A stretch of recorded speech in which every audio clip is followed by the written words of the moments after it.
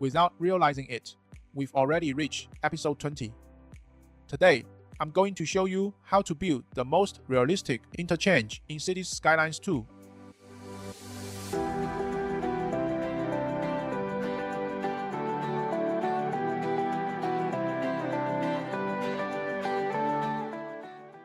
Let's start by talking about interchange spacing. According to the Taiwan Freeway Bureau's regulations, the recommended distance between interchanges should be greater than 2 kilometers. This standard actually references the American AASHTO guidelines. Why should the distance be this long? Let's take an example. The familiar Cloverleaf interchange has a well-known issue: too much weaving. Vehicles entering and exiting the ramps must accelerate, decelerate, and change lanes within a short distance, which easily causes congestion and even accidents. Similarly, if interchanges are placed too close together, vehicles exiting the first interchange and those entering the second will cross paths on the main line, creating the same weaving issue as a clover leaf. Try measuring with the length tool. You'll see that each interchange is roughly 2 kilometers apart, which is already considered quite dense. In rural areas, the distance between interchanges is usually even greater. Now, you might ask, but my junction is already jammed. What should I do? Actually, traffic jams can't be solved just by adding more interchanges. There are several reasons for this, and I'll divide them into two parts: freeways and urban roads. Freeway section. One more lanes doesn't mean smoother traffic. If a freeway design keeps adding lanes, it can temporarily accommodate more vehicles, but this only attracts more private cars. As a result, capacity quickly becomes saturated again. Worse yet, with too many lanes, drivers often need to cross several at once to exit, causing congestion and accidents. Also, when freeway traffic volumes get too high, the interchange design capacity becomes insufficient, leading to backups near the ramps. Two interchanges placed too close together. If spacing is too short, vehicles will weave frequently, reducing overall efficiency. That's why the regulation recommends at least 2 kilometers apart. 3. Freeway purpose and function. Freeways are meant for long-distance travel, not for short, frequent local trips every kilometer. If you treat the freeway like a city boulevard, problems are inevitable. 4. The importance of interchange design. Proper interchange design combined with adequate acceleration, deceleration lanes, and smooth ramp geometry is essential to maintain mainline traffic flow. We'll go over that in more detail later. Urban road section. One road hierarchy. Cities should have a clear classification: arterial, subarterial, local. If this hierarchy is missing, all traffic will be forced onto a few main roads or the freeway, guaranteeing congestion. 2. Insufficient public transit. If metro, tram, bus lanes, and transfer facilities are underdeveloped, citizens will be forced to drive, and traffic will flood every road. 3. Low road density and lack of alternative routes. Many cities have too few local roads or disconnected grids, forcing traffic onto limited arterial, one of the main causes of congestion. Now that we understand the causes of traffic jams, let's return to the main topic of this episode: interchange design. First, functional classification. You must determine whether your interchange is a system interchange or a service interchange. System interchanges connect freeway to freeway, while service interchanges connect freeway to local roads. This affects the design approach. System interchanges are typically fully directional, signal-free, and designed for higher speeds. Service interchanges can be simplified and optimized for the dominant traffic flow. For example, if the majority of vehicles head toward a township, instead of a mountain area. The ramp toward the township can be designed with no signal interference and higher capacity, while the mountain ramp can connect to a simple intersection. Next, road geometry. The ramp turning radius directly determines vehicle speed. Smaller radius, sharper turns, lower speed. A standard service interchange may only need 40 km/h curves, while a system interchange may require 80 km/h or more. This means system interchanges require much larger turning radii and therefore occupy more land. Additionally, the slope shouldn't be too steep. Trucks may struggle uphill or lose braking downhill, making the ride feel like a roller coaster. When ramps merge or diverge, acceleration and deceleration lengths should be added. Mainline and ramp speeds differ significantly. Without proper merging lengths, accidents are more likely. Designing the correct length ensures smoother flow. For instance, if your main line runs at 100 km/h and the ramps at 60 km/h, you can use standard charts to determine the necessary acceleration length. Safety features include guardrails, crash cushions, guide signs, and lane markings. In-game, I used free online guardrail models, plus my own Blender-made crash cushions. Then imported them using Write Everywhere. Once the asset editor releases, I'll upload them to the workshop. For signage, I reference the official Freeway dimensions. You can follow them precisely or approximately. However, for exit guide signs, I switched to Japanese-style signage because I find them clearer and easier to read. A few other details to note. When bridges cross over main roads, the guardrail height should be increased to prevent vehicles from falling. In Taiwan, the minimum clearance height is 4.9 meters, plus the pavement thickness and the safety margin.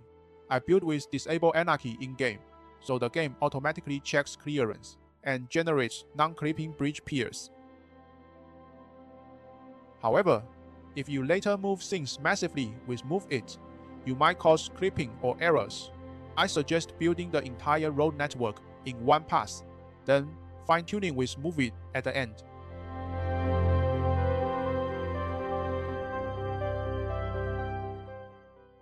When possible, construct freeways using embankments or cut sections instead of bridges.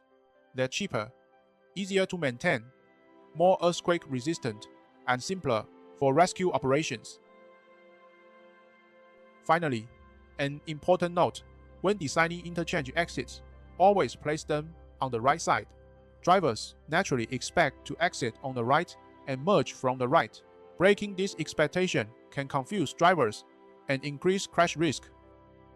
The inner lane is usually the passing lane with higher speed, so having an exit or entrance on the left causes weaving between fast and slow vehicles, a major hazard.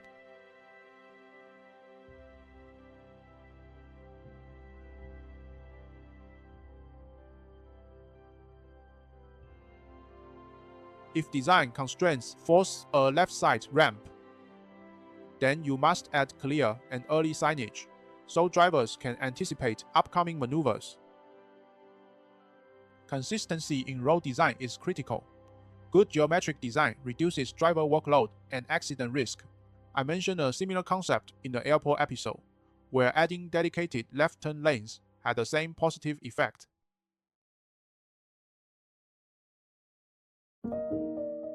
I hope this provides some useful knowledge to help you design more efficient and realistic networks. I won't say realistic in a literal sense, since the real world has plenty of poor designs. Otherwise, why are so many cities still jammed? What's the most ridiculous interchange design you've seen in real life? Share it in the comments. Now, let's move on to the building process.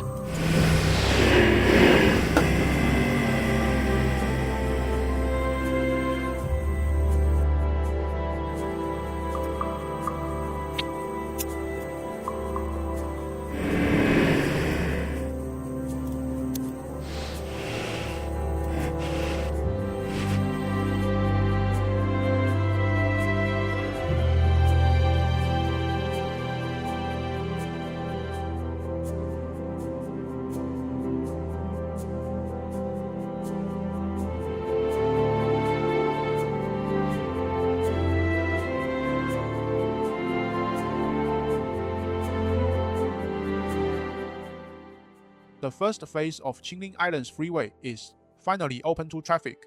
Now you can see the external roads smoothly connecting to the freeway, and the interchanges built in previous episodes are now fully linked and operational.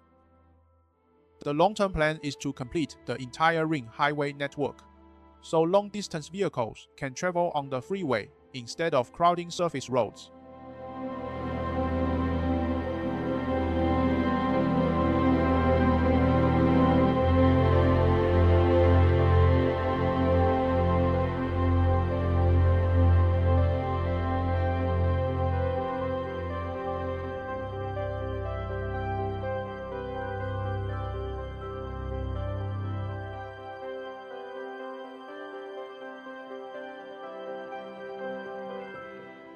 The new four-way interchange is a hybrid type, connecting freeway to freeway and freeway to local roads.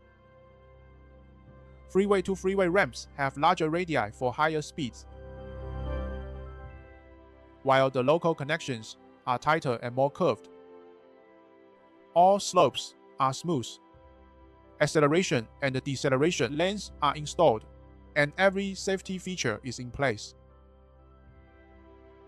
All exits are designed on the right side, except one left side exit that includes bright warning signs. On the opposite side, tighter curves include clear lane markings to remind drivers to slow down. Can you guess which real-world interchange this one is based on? Leave your guess in the comments below. After showcasing this build, I'll intentionally cut off the freeway midway to show that even without freeways or interchanges, Qingling Island still doesn't experience traffic jams.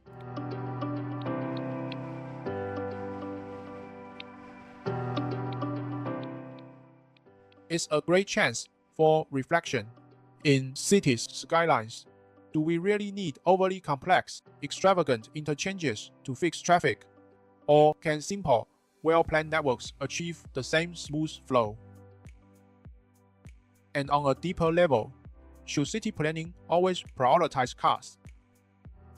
Or should we start designing with people in mind instead? Share your thoughts in the comments. With episode 20 completed, Season 1 of Qingling Island officially comes to a close. This episode isn't just a final, it's also Qingling's most important lesson in transportation planning. Hopefully, it inspires some new ideas for your own city building. Don't worry, this isn't the end. I'm just moving to a new playlist. There's still a lot left to develop. The hills behind the first town from episode 1. Vacant city center lots. Unfinished farmland and rail depot zones. And the empty buffer area between agriculture and urban regions. Most importantly, the port industrial zone is already planned, and once the DLC drops, it'll become the main focus of Season 2. There's also exciting news about bicycles. Once the update arrives, Qingling will introduce a full cycling system. I've already left extra lane space on major roads, so I can easily convert them into bike lanes later. Qingling Island will keep expanding. Stay tuned. See you in the next episode.